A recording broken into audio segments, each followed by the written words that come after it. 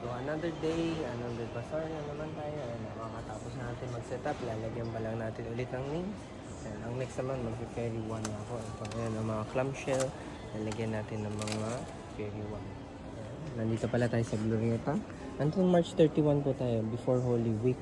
Nandito po tayo. So, and then magpapahinga muna tayo ng Holy Week para to give time to heal, to recover.